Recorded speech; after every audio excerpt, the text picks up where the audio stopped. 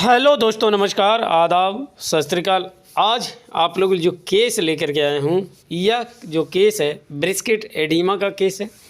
Brisket oedema क्यों हुआ, किस कारण से हुआ, ये आपको पूरी जानकारी दिया जाएगा। ये फील्ड कंडीशन में खूब देखने को मिलता है।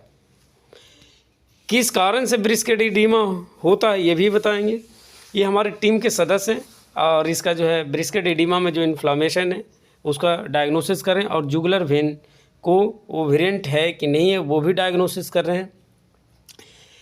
और यह जो केस जो है ये 15 दिन से यह पशु जो है बीमार है।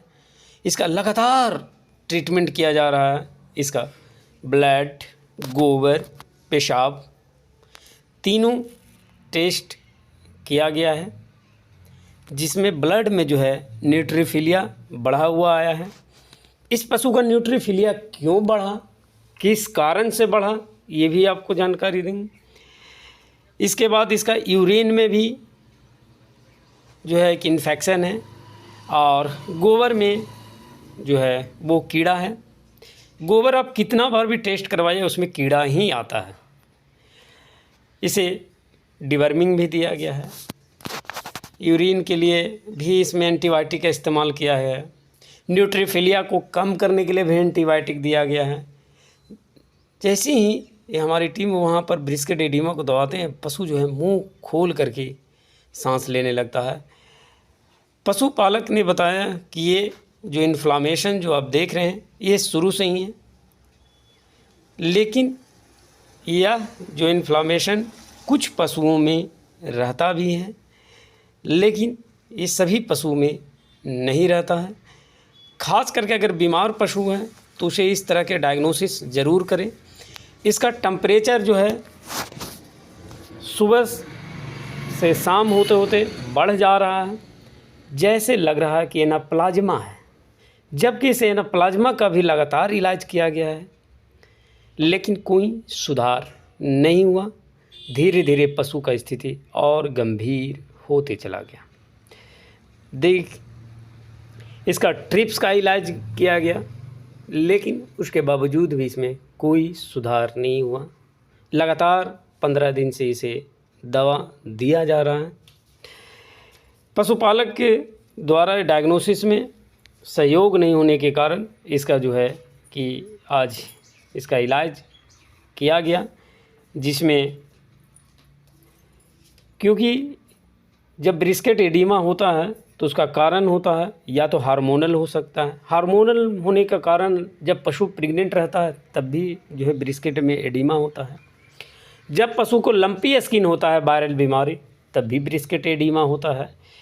और फॉरेन बॉडी के केस में भी ब्रिस्केट एडिमा होता है।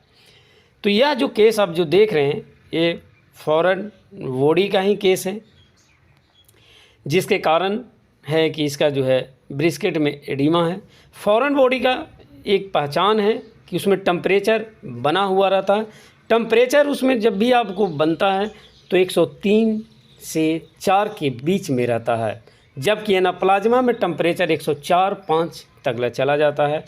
तो इस तरह करके आप भी डिफिशेंट कर सकते हैं। एनाप्लाज्मा में लगातार OTC चढ़ाने के बाद, साथ में NS के साथ चढ़ाने के बावजूद भी इसका जो है अगर टेम्परेचर डाउन नहीं हो रहा है 2 से 3 दिन में और पशु में कोई भी सुधार नहीं है, तो वो या तो फॉरेन बॉडी का केस है। लेकिन यहाँ जो है फॉरेन बॉडी को भी कंफर्म करना मुश्किल हो रहा है, क्योंकि इसमें जुगुलर वेन का जो ओवेरिएंट है वो नहीं है, पेट में अफारा भी नहीं है, जबकि फॉरेन बॉडी के केस में पेट में अफारा रहता है।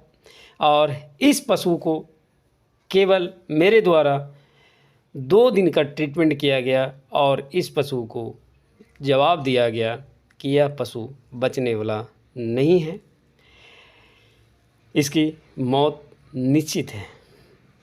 जब इस पशु का PM किया गया, पोस्टमार्टम किया गया, उसका फॉलोअप आया हमारे पास, तो पशुपालक ने बताया कि उसका जो फेफड़ा था, फेफड़ा के ऊपर जो पेरिकार्डिया होता है उसमें पूरी तरह से छेद हो गया था और उससे जो है पूरा चिपचिपा जो है शराब निकल रहा था, लस लस टाइप का। पशुपालक ने बताया कि लस लस टाइप का शराब निकल रहा था। वहीं जो है लस लस टाइप का जो आ रहा था पानी, वो यहाँ आकर के ब्रिस्केट में जमा हुआ, जो है ब्रिस्केट एडिमा दिख रहा है। पशुपालक ने बताया कि अगर इसे हटाया नहीं जाता तो ये उसी समय ख़त्म हो जाता। और यह जो है फ़ौरन बॉडी का केस देखने में लग रहा था, लेकिन ये फ़ौरन बॉडी का केस नहीं था। लेकिन इसका जो फेफड़ा का जो पेरिकार्डिया है, जो आउट ऑफ लेयर होता है, उसमें पूरा छेद हो गया था। अब ये समझने की बात है कि आखिर इसमें टीआरपी का केस नहीं था तो फिर फेफड़े में छेद क्यों हुए। उसका कारण तो है कि जब भी छेद होता है तो या तो डीएच में होता है या तो फिर टीआरपी में होता है। लेकिन डीएच में जो